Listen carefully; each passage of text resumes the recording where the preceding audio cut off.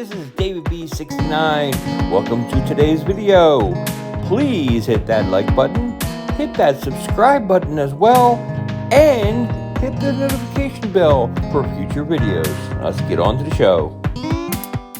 Hey everybody, this is David B69 and welcome to another kind of quick episode. These are 5 games in my retro collection that are under $10. What do I mean by that? Let's get into it.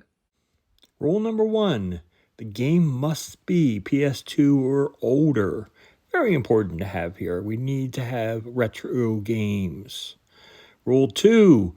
The price charting value must be $9.99 or lower. It's just basically the whole point of this thing.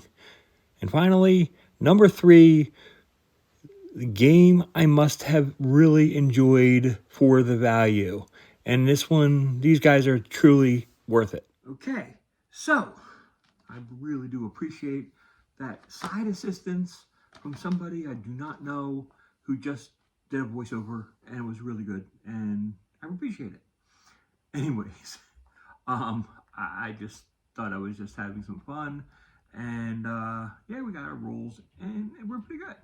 So, first game of games that are under $10 that are retro and I really enjoy, and you'll get tons of playing time if you're like me and are like really into retro games. First one is Madden 95. Madden 95 is the quintessential retro football game. If you really want to go old school and go original retro, where sometimes it's like the PS1 era, you get a little bit, it just gets a little janky. Same thing on the Saturn. The graphics, the sprites get a little janky. And even on the late Genesis, they try to improve the graphics, but it hinders and it actually makes the actual gameplay worse. In Madden 95, you can spend season after season playing the game and having a blast. So I highly recommend it. For retro, when you want to go like way back, PS2 earlier, you have to go Madden 95 as your top game. And of course, the values of each one of these games and stuff, as I show them and everything, will be in the corner, because I'm just doing that. Next one, it's today's show day, but the actual last game of Major League Baseball was on the GameCube and PS2, and these guys are priced right under $10. So just pick them up. Now, the interesting part here that I found interesting is the pictures on the back are like totally different. So you got totally different pictures, and I got hats flying everywhere. But the pictures are totally different, capturing different people. And the more interesting part is if you're putting these guys on the shelf, the GameCube version has the year 2005. The PS2 version does not. It just calls it MVP Baseball. Now, it's kind of weird because the PS2 version, there was like no what's called. It's like they had the old versions of the game. I don't get it. I don't get why they would decide, hey, we're going to put the 2005 game on this one, but not on this one. I don't know. I don't know what constituted that, but it's kind of cool. So when you're looking at it and you're trying to tag it on your shelf, you see MVP Baseball. I always think that the first one that's always called the game is the first in the series, but not with this one. It's the last one in the series before it goes to NCAA baseball, which is MVP Baseball NCAA. But whatever. That's that. The next one we got that's under $10 is Lego Star Wars 2. Now, this Lego Star Wars series, I've played this time after time, The Lego Star Wars 2, for me, it hones back and has the original humor. There's no voice acting, there's no extra stuff. You just use your imagination. You get what you get. You see the movies, you know exactly what's happening, and you just have fun. And these games are a lot of fun, either on the PlayStation 2 or the GameCube, under $10. These are must-buys to me because I can't tell you how many times I've actually gone through and I've unlocked every single character and I've just restarted because I just like having fun and punishing myself apparently. But it's a great time, great games, and I highly recommend it. Next up is a couple PS1 games. Now you might notice there's some consoles that are not in here because the ones that I find like extremely fun, they're over $10.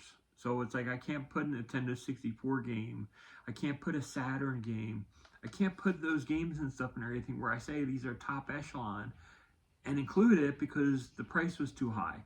So that's the whole point, is just showing things that are under $10 that are easy to afford and everything that you had a 10 bill for, and you say, hey, I want this game, and you can get it. So it just makes sense. Nice to have a good budget. This game is called Nuclear Strike. Now this was cool because this was back in the day when they had those, they had the actors and they basically did little films and stuff. My goodness, I can't even remember the name of the concept of it. But there was a lot of actors and videos and stuff and everything. It was like really, really cool. It's a sequel to Soviet Strike. And I gotta tell you, this one, to me, was one of the best in the series. But I really don't get why they stopped. To me, to this day, I really wish I understood why they stopped making like these Strike series games, because they are a tremendous amount of fun. The last game, and certainly not the least game, is Star Wars Rebel Assault 2.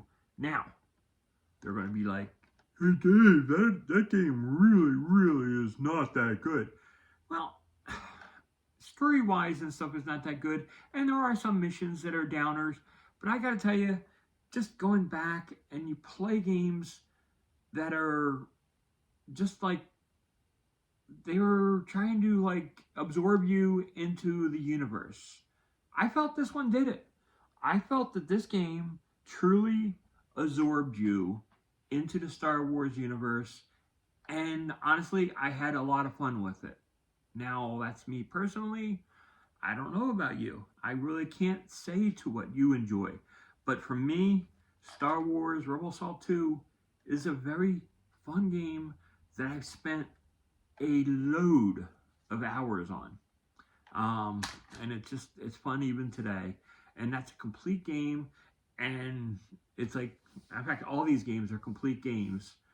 And to get them all under $10 a piece, it makes it totally worth it. So I highly recommend it.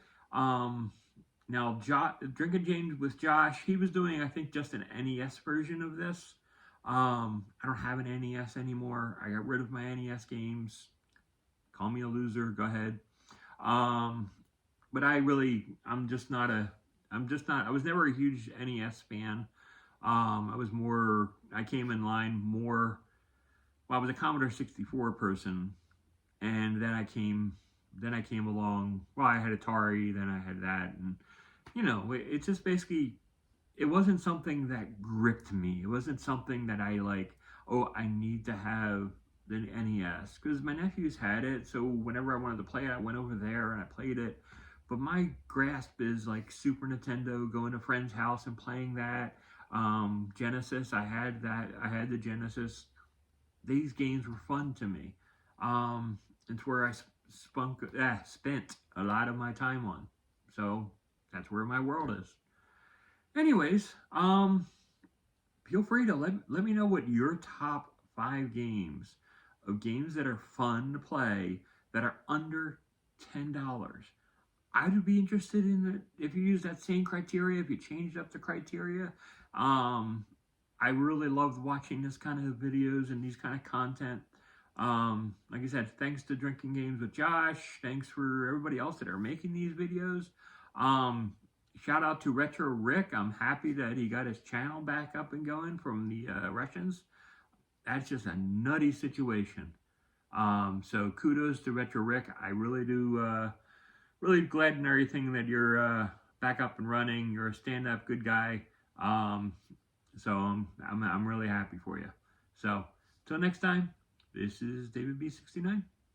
I'm out.